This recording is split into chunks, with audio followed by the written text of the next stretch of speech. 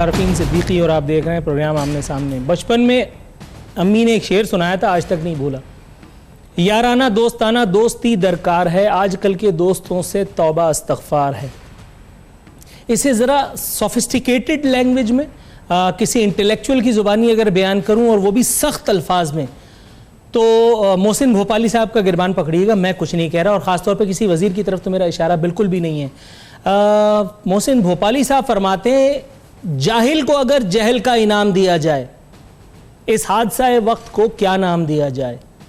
मैखाने की तौहीन है, रिंदों की हतक है, कमज़र्फ के हाथों में अगर जाम दिया जाए।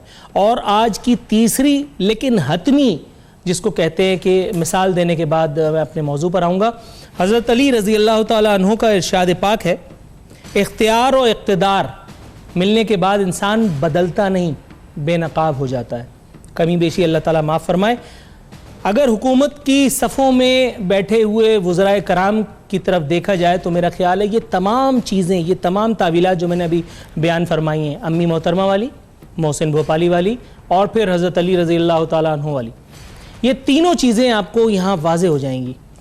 इमरान खान साहब के लिए सबसे बड़ा चैलेंज इस वक्त ना मईशत है, ना नरेंद्र मोदी है, ना कोई और है। इस वक्त इमरान खान साहब को जो टफ टाइम मिल रहा है वो अपने ही काबीना के चुनिंदा लोगों से, जिस पर कहता है शायर, देखा जो तीर खा के कमीगाह की तरफ, अपने ही दोस्तों से बल्कि अपने ही वज़रा से मुलाकात हो गई। जिन लोगों को खान साहब ने एतबार दिया, एतमाद दिया, मान दिया और इतना मान दिया कि उनको वज़ीर तक बनाया, उन्हें काबीना तक ले गए, उन वज़राए कराम का हाल ये है कि एक दिन एक आदमी यॉर्कर मारता है, दूसरे दिन दूसरा आदमी बाउंसर मारता है। खान साहब अपना काम करें बेचारे या इन लोगों की लंतरानियों से बाहर निकलें। फैयाजुल हसन चौहान साहब ने कल एक इंतहाई गैर ज़रूरी बयान दागा है, गो कि उनका इशारा हिंदू बरादरी की तरफ ही था, ये मुझे महसूस हुआ। लेकिन जो ज़ुबान का इंतखाब उन्होंने किया और ख़ास तौर पे जो वजाहत वहाँ दरकार थी, उस एक वक्त, उस एक जगह, उस एक लम्हे जिस वक्त वो इरशाद कर रहे थे, वो उन्होंने नहीं किया और वही हुआ, बैकफायर हुआ। फैयाजुल हसन चौहान साहब की विकेट लिए वसीम अकरम प्लस ने, जो ज़ाती तौर पर कोई कारकर्दगी दिखाने से तो कतई माजूर हैं, जो सामने खड़ा आईजी तक नहीं देख पाते, अनट्रेंड होने का बहाना बना करके और साइड हो जाते हैं। साने साहिवाल में मां सिवाय हवाई फायर करने के उन्होंने कुछ नहीं किया। 5 पुलिस वालों की बेल्ट उतारी और आप ये देखिए, ये है पंजाब का सबसे बड़े, सबसे ताकतवर सूबे के वजीर आला का हाल कि उसने 5 टुल्ले सस्पेंड किए, मुअत्तल किए, उनको बिहाइंड बार्स किया। कैन यू बिलीव, इतनी इंसानियत सोज कार्रवाई पर यह तीर मारा है इंसाफियों ने के साथ। और मीडिया तो खैर बेचारा खबर का भूखा नंगा वैसे ही है, विद ऑल ड्यू रिस्पेक्ट। वो इन जैसे वज़रा को जाहिर है कि कुछ मामलात और भी होते हैं, अब आगे जाऊंगा तो मामलात कुछ जाहिर है कि इधर उधर हो जाएंगे। तो फैसल द ग्रेट वाउडा पर वज़ीर आज़म पाकिस्तान गरजे हैं, बरसे हैं और खूब बरसे हैं।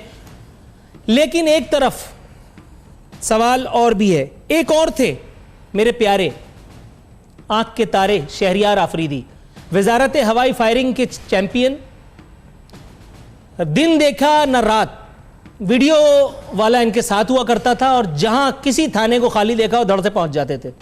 कभी रात को 2:30 बजे किसी पुल पे कुर्सी डाल करके और तस्वीरें खिंचवा रहे होते थे, कभी किसी पुलिस वाले को धमका रहे होते थे। 3 अहम तरीन वाक़यात इनकी नाक के नीचे इस्लामाबाद में हुए, 2 इस्लामाबाद में, एक कराची में।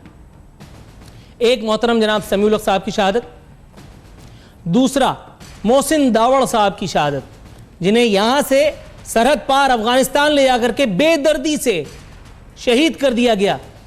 और इन मौसूफ की पेशानी पर, बल्कि इनके क्या और बहुत सारे मौसूफ हैं जिनकी पेशानियों पर कुछ भी नहीं हुआ।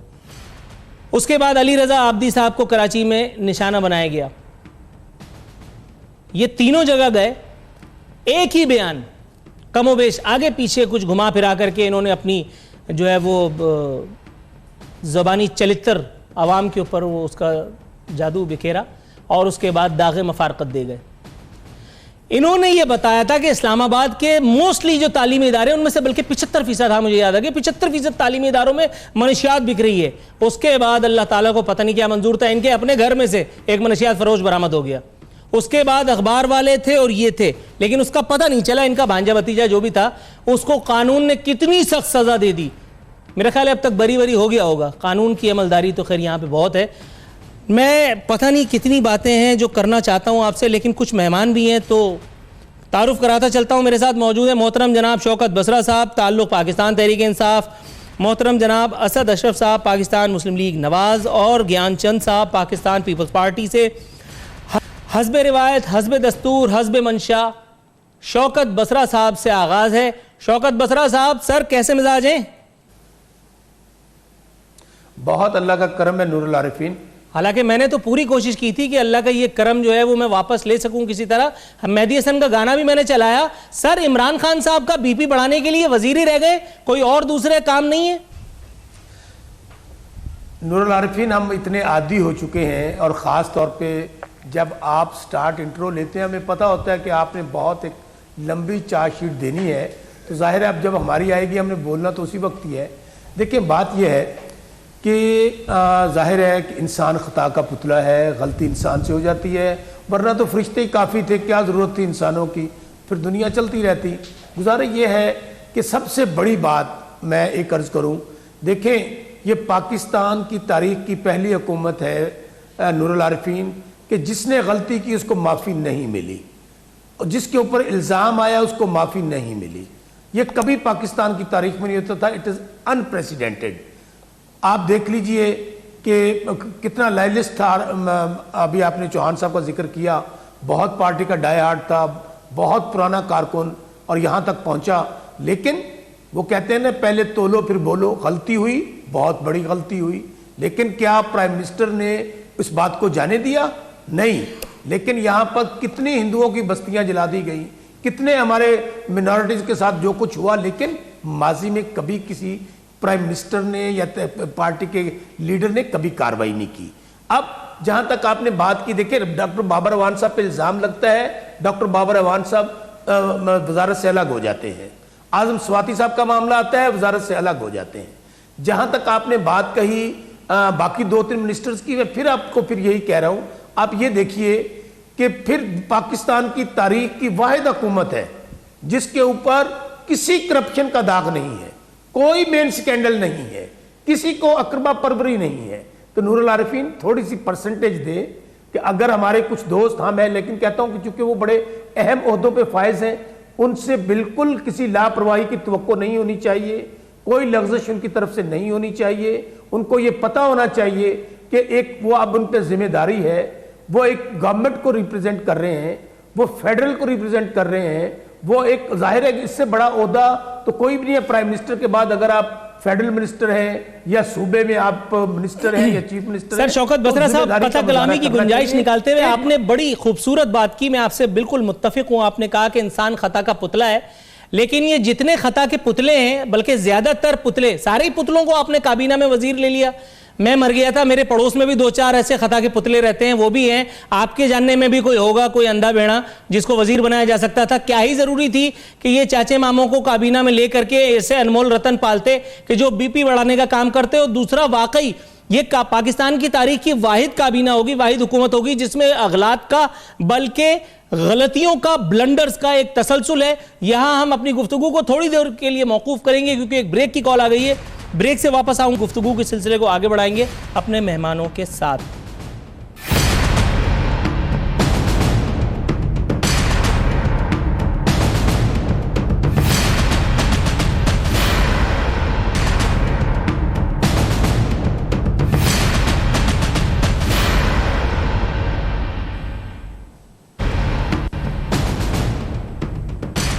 वेलकम बैक नाजरीन। बदस्तूर हमारे मेहमान हमारे साथ मौजूद हैं। ज्ञानचंद साहब, सर पहले तो मैं आपसे ये जानना चाहूँगा कि पाकिस्तान में जो हमारी अक़लियतें हैं, ख़ास तौर पे हिंदू बरदरी, आप क्या समझते हैं सर कि फयाजुल हसन चौहान साहब ने किस हद तक उनके सेंटिमेंट्स को हर्ट किया है? क्या उनकी इस वक्त फीलिंग्स क्या हैं? और एक ये इस एक विकेट टेकिंग डिलीवरी से वसीम अकरम प्लस नाम नेहाद ने किस हद तक उनके उस सेंटिमेंट की जो नुकसान हुआ है, जो उसको जक पहुंची है, उसकी तलाफी की है? मैं समझता हूँ कि एक तो ये है जो फयाज हसन चौहान हैं, वो जब भी बात करते हैं तो उनके मुंह से जो फूल निकलते हैं वो हम पहले दिन से देख रहे हैं। जब भी उन्होंने बात की है अपने सियासी मुखालफिन के ख़िलाफ़ बात की है तो वो किस किस्म की बात करते हैं।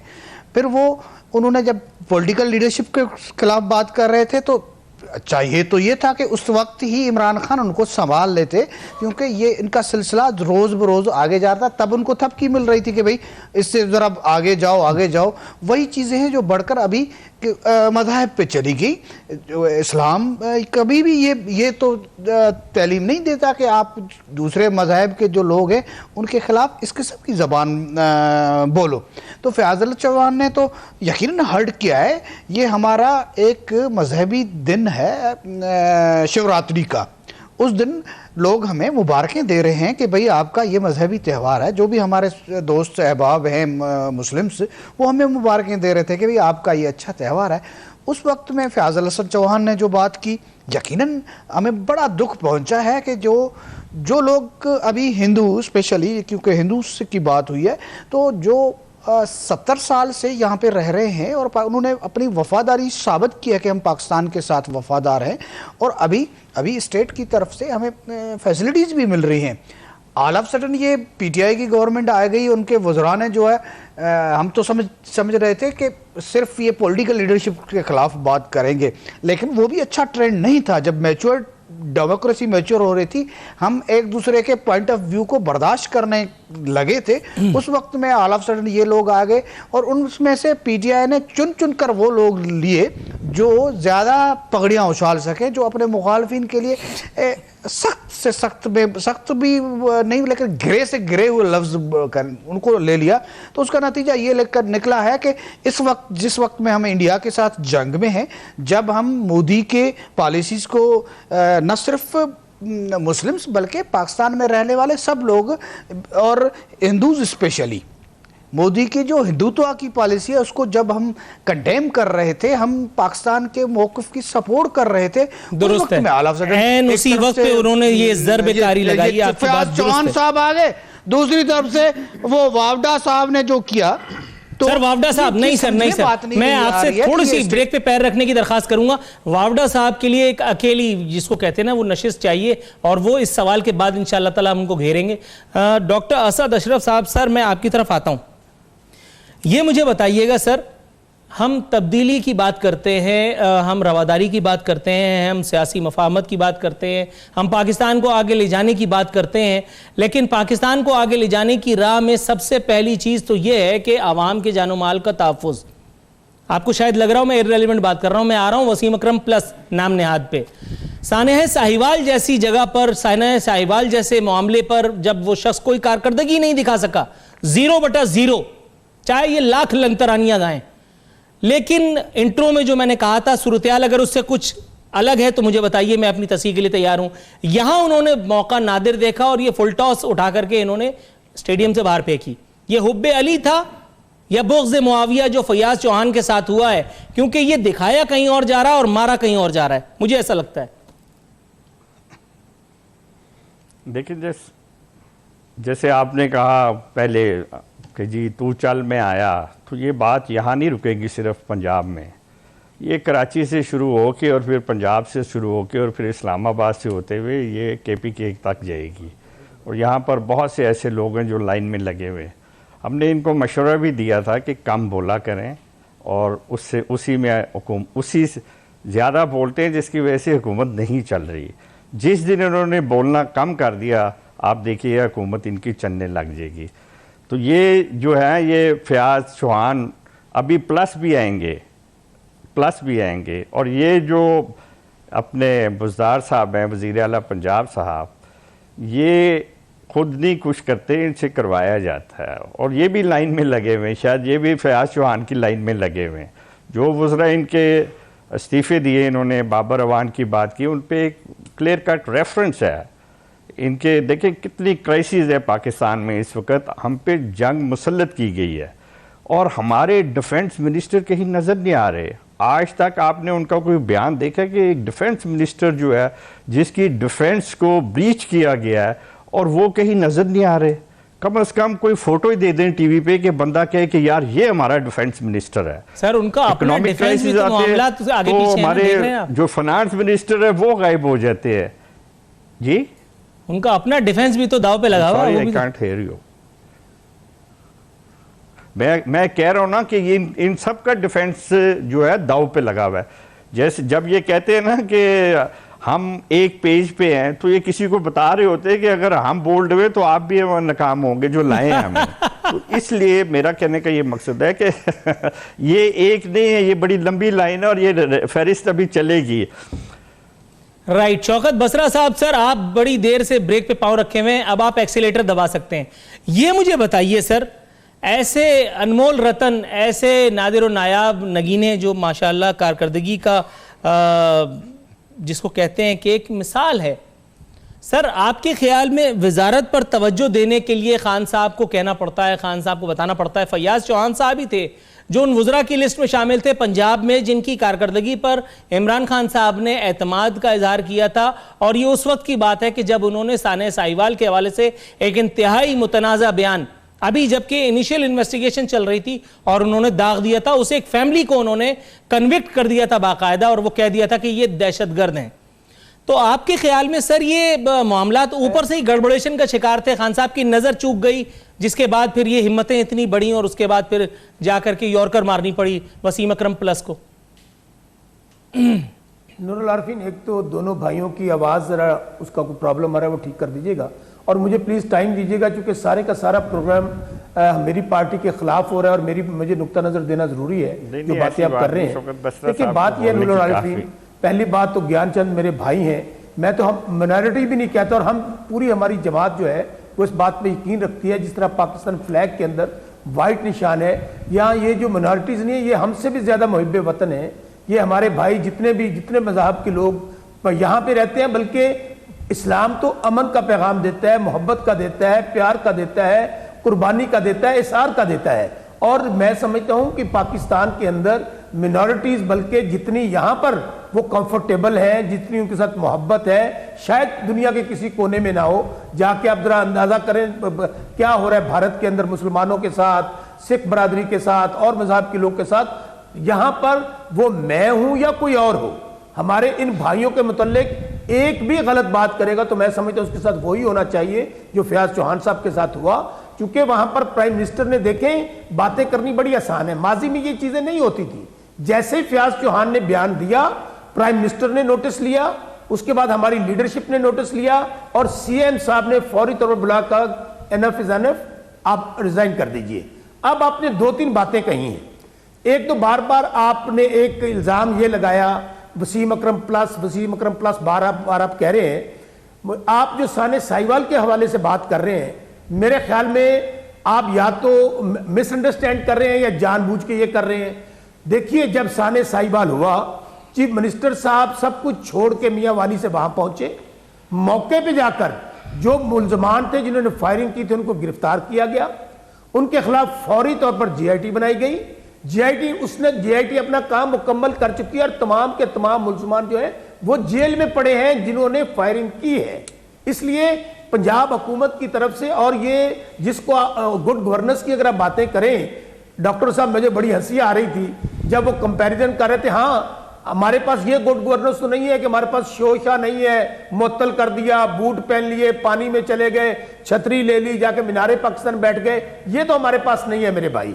लेकिन आप क्रेडिट दें उनको जिनका बार बार तनकीद करके और वसीम अकरम प्लस कह रहे हैं। सर खान साहब ने बताया, मुझे क्या पता था। लेकिन आप अच्छा मेरी बात सुन लेना, मेरी बात सुन लीजिए। खान साहब मेरा ख्याल है जिस फ्लुएंसी से शौकत बसरा साहब बोल रहे हैं, आप फयाज चौहान के बाद इनको होना चाहिए इंफॉर्मेशन। आप परफॉर्मेंस का अगर कंपैरिजन करें, मैं पंजाब में रहता हूं, देखिए मैं जनूबी पंजाब का हूं, मैं डसा हुआ हूं। जिनकी गुड गवर्नेंस की आप बातें करते हैं उनसे हम डसे हुए हैं, हम लोग छोड़ देंगे, बड़ी लंबी डिबेट हो जाएगी। अब दूसरी बात, आपने इमरान खान साहब के हवाले से बात की कि जी अपने मामों को, चाचों को, रिश्तेदारों को, मैं नूरुल आरिफीन आपसे तवक्को मैंने इमरान खान साहब का नाम तो नहीं लिया, कब ऐसा किया मैंने? एक नहीं आपने कहा it was a general statement, आपने I never took Imran Khan name. लिया अपने आप किस चेक कर नो लीजिएगा बाद सर, में, चेक कर नो लीजिएगा, मैं सर। आपको बड़ी गारंटी से कह रहा हूं। नाम लेने का सुन तो गुर्दा ले, है मुझ में। सुन तो ले, अगर आप सुन कहिए तो मैं मेरी किसी बात। और बात पर जिस पे मैं कन्विंस्ड हूं, मैं नाम लूंगा। नूरुल आरफीन, मुझे बात करने दें प्लीज, आप चेक कर लीजिएगा। आपने ये कहा था वैसे इमरान खान के चाचू मामू शायद पॉलिटिक्स में ही नहीं है। इमरान खान नूर साहब, प्राइम आप- मिनिस्टर ने अपने अजीजों को, दोस्तों को, चहेतों को वफाकी काबीना में ले लिया है। बात यह है, पाकिस्तान की तारीख की वाहिद हुकूमत है जिसके अंदर इमरान खान साहब का एक भी रिश्तेदार नहीं है। कोई अच्छा सर, मैं आपको थोड़ा सा कथा कलामी की गुंजाइश निकालते हुए यहाँ आपको थोड़ा सा इंटरप्ट करूंगा, इससे पहले कि मुझे वक्फे पर जाना पड़े। सर, प्रोग्राम का टाइम बहुत महदूद है। शौकत बसरा साहब प्लीज सर, थोड़ा सा असल में हम अल्ताफ हुसैन जैसे नासूर और इफरीत के बारे में भी यही सुना करते थे एक जमाने में कि अल्ताफ हुसैन वो लीडर है जिसका कोई चाचा मामा जो है वो असम्बली में नहीं है, और ये तारीख शाहिद है कि अल्ताफ हुसैन के घर की जब दीवारें तोड़ी गई तो उस कमबख्त की दीवारों से 5 लाख पाउंड गिर गए। तो ये सारी बातें आप रहने दीजिए, आप हो सकता है सही कह रहे हो, मैं उन बातों में अभी नहीं जाना चाहता। ज्ञानचंद साहब, सर ये मुझे बताइए, मैं फैसल वावड़ा की विकेट लेने आ रहा हूं, ये मुझे बताइए सर। ऐसे ना करें नूरुल आरफीन, एक मिनट ना नूरुल सर, आरफीन, तो फिर मेरे दूसरे मेहमानों से मैं बात नहीं करूं। फिर आप सर थोड़ा सा तवक्कुफ तो फरमाइए, मैं आपकी तरफ आ रहा हूं सर, वक्फे पे जाना है। एक सेकंड सुन तो लो यार, एक सेकंड सुन लो, फिर चले जाना। फिर आपने ज्यादती कर दी कि आप इमरान खान ये साहब का लोग कंपैरिजन यही कर रहे हैं कहेंगे। अल्ताफ हुसैन के साथ। अरे भाई, मैं जाने दो नहीं यार, कर रहा, मैं आपसे अब मैं बात भी ना करूं। कुछ तो इंसाफ करो यार। मैं बात भी, इंसाफ अगर मेरे हाथ में होता तो पता नहीं कितनों का हो चुका होता। थोड़ा सब्र तो कीजिए ज्ञानचंद साहब। सर ये मुझे बताइए, बात करें। फैसल वावड़ा ने इंडिया के गिरे हुए तैयारे पर खड़े होकर के फोटो सेशन करवाया। खान साहब का बीपी हाई हुआ। खान साहब पहले भी जाहिर है कि बहुत सारी चीजें होंगी जो पाइपलाइन में रही होंगी, उन्होंने नोटिस लिया। आपके ख्याल में एक वजीर का इस किस्म की, with all due respect, please pardon me using this word, बस छिछोरी हरकतें करना, कभी पीली गाड़ी में आना, कभी कोई और हरकतें करना, आपके ख्याल में ये हरकतें करके कोई एक वजीर क्या पता दे रहा होता है, क्या बताने की कोशिश कर रहा होता है अपनी टारगेट ऑडियंस को, अवाम पाकिस्तान को, या उन लोगों को जिन्होंने उसे वजीर बनाया? मैं सिर्फ इतना कहूंगा कि इनको ये सेल्फी की पार्टी बनी हुई थी ना, तो इनको फोटो सेशन से बड़ा मज़ा आता है, और फिर इस किस्म के जहाँ पे भी मुतनाज़ चीज़ें उस पर ये जाते हैं। हाँ, ये अच्छी बात थी कि हमारी आर्मी ने वो उनके जो हमारी जाग्राफी हदूद से अंदर आ गए उनको गिरा दिया। इसके लिए सब आर्मी के उन लोगों पे पूरी कौम फ़ख्र करती है, हम भी, जिसमें हम भी शामिल हैं। लेकिन इस किस्म के जब इनको छोड़ा गया कि भाई आप इस किस्म की हरकतें करें, तो आज यहाँ पे नतीजा कहाँ पहुँचा है। एक तरफ से चौहान जो है वो हिंदू मजहब के खिलाफ बात कर रहे हैं, फिर फैसल वावड़ा की भी बात आई है, उसने मुसलमानों के जज्बात को ठेस पहुँचाई है। तो ये चीज़ें जो हैं, ये इनके बजाय डिस्क्रेडिट होने के बजाय इनकी क्वालिफिकेशन मानी जा रही है। इनको थपकी मिलती है कि भाई तुमने अच्छा किया कि फलां की पगड़ियाँ उछाल दी, ये किया। तो ये सिस्टम जो है नेशनली, इवन इंटरनेशनली, जब पूरी कौम, जिसमें 22 करोड़ जब हम पाकिस्तानी कहते हैं तो उसमें 50 लाख से ऊपर जो हैं वो हिंदूज हैं, आप उनके जज्बात से क्यों खेल रहे हैं? हम कंडेम करते हैं इंडिया में जो बात की। गॉट योर पॉइंट सर, आपने जिस खेल का इशारा किया है वहां मैं पहुंच गया हूं। ब्रेक से वापस आएंगे असद अशरफ साहब, तो फिर हम खेलेंगे फैसल वावड़ा और आफरीदी के साथ। थोड़ा सा ब्रेक पर पांव रखिएगा नाजरीन, यहाँ जाएंगे कमर्शियल ब्रेक पर।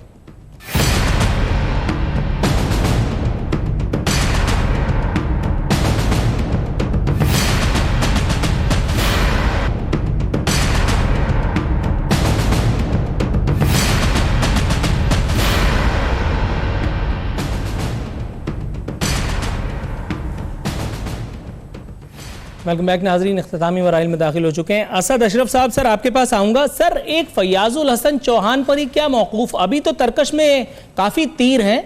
फैसल वावड़ा साहब भी तो हैं जिन्हें आज तो तंबी करके छोड़ दिया गया, लेकिन कल उन्होंने जो परसों हरकत फरमाई थी, मेरा ख्याल है उस पर उनकी विकेट तो बनती थी, और आज भी उस एक बयान के हवाले से उनकी माफ़ीनामा तो है, लेकिन हर गुनाह का माफ़ीनामा तो नहीं होता, कुछ गुनाहों की सजाएं भी होती हैं। आज भी असम्बली में करारदाद मजम्मत तक नहीं आ सकी है, फैसल वावड़ा की माफ़ी जमा नहीं कराई गई है, क्या कहेंगे सर? देखिए, जैसे आपने कहा कि मैंने पहले कहा कि ये पूरी, हम हमेशा से ये कहते रहे हैं कि ये खुद ही धड़ाम से अपनी जो हुकूमत है ये खुद ही जिम्मेदार होंगे गिराने के। ये एक फैसल वाडा ही नहीं है या फयाजुल चौहान ही नहीं, ये एक बड़ी इनएक्सपीरियंस अंडर 19 टीम है जो सिर्फ अपनी ज़बान और बद कलामी की वजह से और कंटेनर पे चढ़ के जो सीखा है उसको टीवी चैनल्स पे इन्होंने वो किया, और जो माशरे में इन्होंने वो टेंशन क्रिएट की और जो डिवीज़न किया है, ये बड़ा ख़तरनाक है आने वाले वक्त में। होना तो ये चाहिए था कि इन्हें जाते वहाँ पर बालाकोट जाते फैसल वाडा और वो कव्वे और कि तदफीन का इंतज़ाम करते और लोगों को बताते कि हमें दरख्तों के भी वो सुनामी लाए हुए हैं और हम इनको भी दफना रहे हैं। वो जाके वहाँ पे वो जेम्स बॉन्ड बने हुए हैं और जाके तस्वीरें खिंचवा रहे हैं। देखिए यही वज़ीर, मैं अब आज देख रहा था, ये ट्वीट्स पे चलते हैं, ये इतनी तवत्तर से झूठ बोलते हैं कि आप अंदाज़ा नहीं कर सकते हैं। लोग दिन में 5 वक्त नमाज पढ़ते हैं, प्राइम मिनिस्टर साहब 5 वक्त झूठ की ट्वीट करते हैं। आज भी ट्वीट्स आई हैं कि जी हम चीफ जस्टिस पाकिस्तान को झूठी गवाही देने पे मुबारकबाद पेश करते हैं। बिल्कुल ठीक बात है, लेकिन एक ऐसा शख्स जो दिन में 100 यू टर्न ले और झूठ बोले और वो फिर ये ऐसी ट्वीट करे तो कौम क्या समझती है, आप खुद समझे। सर वो थोड़ा सा बात एक इनके पटरी से इधर-उधर चली गई है, वो भी लाइन में है जिनकी आपने बात की है कि उन्हीं के घर से मंशियात फरोश निकला, आप समझ रहे हैं। वो ये कहते थे इन्हीं लोगों में बैठ के मिली मुस्लिम लीग में उनके यकीन दहानी कराते थे कि कोई माई का लाल हल्फ दे के कहते थे मेरे होते हुए आप पे पाबंदी नहीं लगा सकता। आज उन्हीं का मैं थोड़ी देर पहले इंटरव्यू देख रहा था, प्रेस कॉन्फ्रेंस दे रहा था, जिसमें उन सब लोगों को उन्होंने कहा कि हमने अंदर कर दिया है। तो ये शौकत बसरा साहब, सर ये मैं आपकी तरफ आऊंगा, ये मुझे एक बात बताइए, बोलते ज्यादा है हुजूर, और फैसल वाडा ने जो हरकत की उस पर उन्होंने माफीनामा दिया। मैं सिर्फ ये कहूंगा जिस तरह की माफीनामा तो खैर क्या दिया। असद अशरफ साहब, सर मैं आपकी तरफ आता हूं कि हमें जी असद साहब, सर मैं आपकी तरफ आता हूं, थोड़ा सा तवक्कुफ फरमाइएगा। कर दिया इमरान खान साहब, मैं तहरीक इंसाफ का वर्जन ले लूं। असद अशरफ साहब मिलना चाहिए। हुजूर मैं आपकी तरफ आता हूं।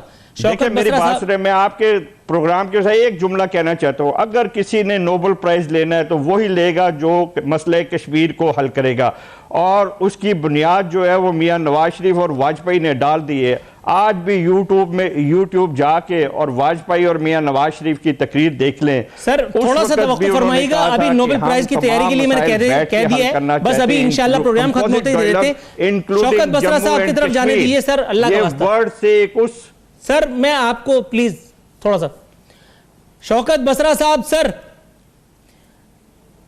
कारकर्दगी दिखाएं, कौम को आगे लेकर के जाएं, अपनी रिस्पेक्टिव जो वजारतें उसमें कुछ इम्प्रोवाइज करें, कुछ डिलीवर करें, बजाय इसके कि वजीर आजम की खुशामद में ही सारा दिन कभी ट्वीट करते रहें, कभी सेल्फियां बनाते रहें, कभी कुछ और करते रहें, कभी नोबेल इनाम की जो है वो फुलझड़ियां छोड़ते रहें। यहां तक वो तो वजीर आजम अल्लाह का शुक्र है स्मार्ट निकले कि उन्होंने झुकाई दी जी, वरना ये नोबेल इनाम वाली तो गले पड़ गई थी। ये तो दुनिया भर में जगहसाई होनी थी। देखें नूरुल आरिफीन, हमारी जान माल औलाद हुज़ूर सल्लल्लाहु अलैहि वसल्लम पे कुर्बान। मैं समझता हूँ कि फैसल वाडा का वो जो उस दिन इंटरव्यू था यार भाई पे, वो बयान उन्होंने बिल्कुल गलत दिया, इस तरह की गुफ्तगू उनको नहीं करनी चाहिए थी। और दूसरा जो कराची में ऑपरेशन हुआ, उनका ये काम नहीं था कि वहाँ पर जैकेट पहन के पहुँच जाते, ये नहीं करना चाहिए था उनको। लेकिन जहाँ तक वो LOC पे गए हैं, उन्होंने अपने फौजी भाइयों का हौसला आजमाया और वहाँ पर जाकर पाकिस्तान का झंडा लहराया, इसमें तो मेरे भाई कोई गलत काम नहीं किया। अच्छा मजे की बात यह है सर कि यहाँ आप और वजीर आजम दोनों अलग अलग पेज पे हैं। आप जहां कह रहे हैं कि यहाँ उन्होंने कोई गलत काम नहीं किया, वजीर आजम ने वही ट्यूनिंग की है, और जहां 2 गलत काम हुए थे वहां उनको बेल आउट कर दिया गया। कोई नहीं की, सुन ले मैं आपको करेक्ट करने लगा हूं, कहीं वजीर आजम साहब ने ये बात नहीं की। मीडिया, मैं बड़ी गारंटी के साथ आपको कह रहा हूं, मिस कोट किया जा रहा है प्राइम मिनिस्टर साहब को। कोई प्राइम मिनिस्टर साहब ने उनका ना नोटिस लिया है, ना ये कहा है कि उन्होंने वहां क्यों गए हैं। वो मीडिया में जो चला बिल्कुल गलत चला है।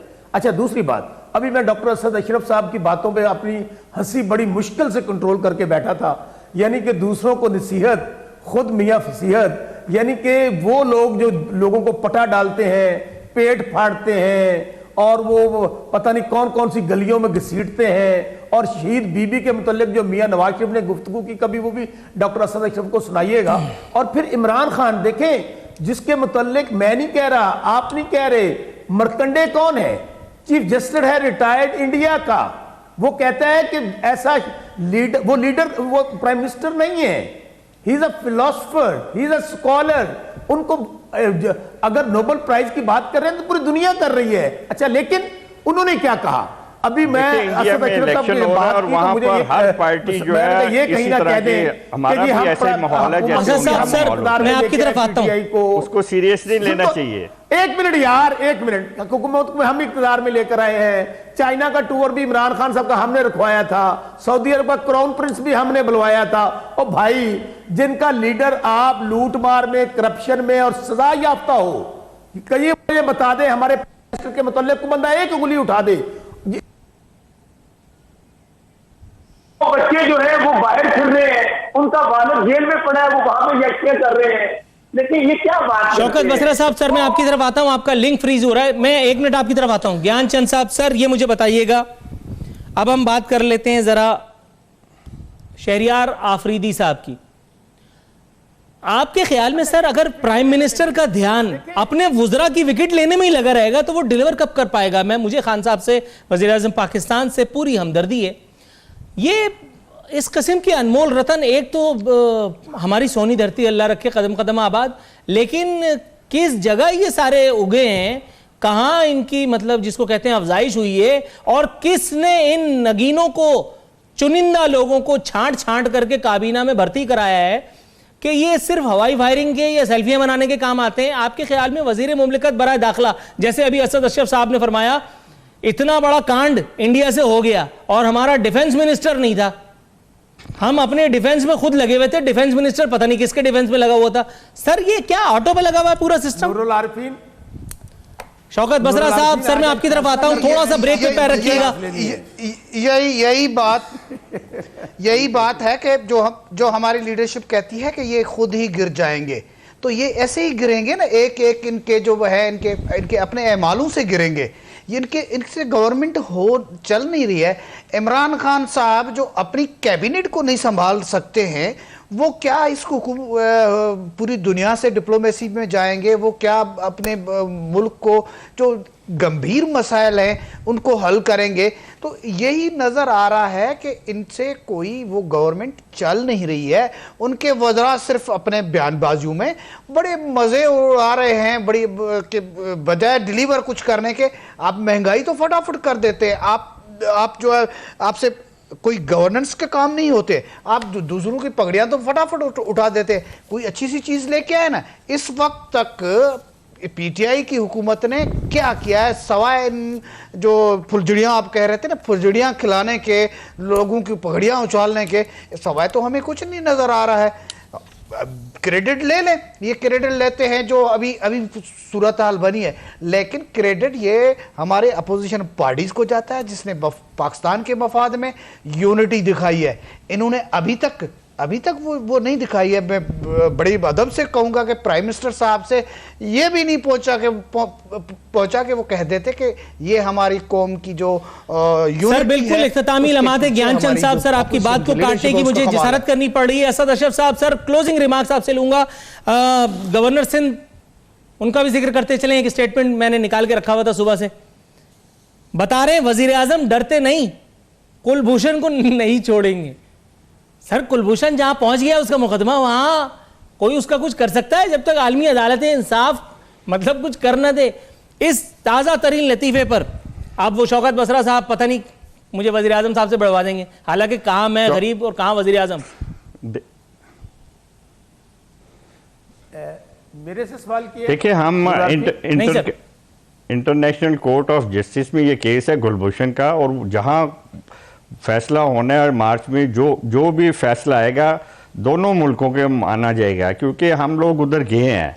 तो इसलिए ये कहना कि जी वो डरते नहीं और ये नहीं है, वो इस किस्म की बातें जो इन्हें जेब नहीं देते। देखिए ये शौकत बसरा मेरा भाई है, मेरे साथ रहा हुआ है, कलीग रहा हुआ है, ये बड़ा अच्छा पॉलिटिकल वर्कर है, इसको इस्लामाबाद में होना चाहिए। वहां एक बात आपको बताऊं, शौकत बसरा की अच्छाई इससे ज्यादा क्या होगी कि वो मुझे जानते हुए भी उस वजह से बार ये खतरा मोल लेते हैं मेरे उस वजह से ये जो है इसके अवाम इसको रिजेक्ट कर देते हैं बार बार। मैं अपने तमाम मुअज़्ज़िज़ मेहमानों बिलखुसूस शौकत बसरा साहब की आमद का, ज्ञानचंद साहब की आमद का और असद अशरफ साहब की आमद का इंतहाई मशकूर हूं। नाज़रीन ये था आज का प्रोग्राम। एक सवाल छोड़े जा रहा हूं, जरा सोचिएगा, फैय्याजुल हसन चौहान और क्या नाम है मेरे प्यारे का, शहरियार आफरीदी के बगैर ये काबीना कितनी प्यारी होगी। एक सोच है, क्या पता पूरी हो ही जाए। नाजरीन, नूरुल आरफीन सिद्दीकी और आमने सामने की टीम को इजाज़त दी है। फी अमान अल्लाह।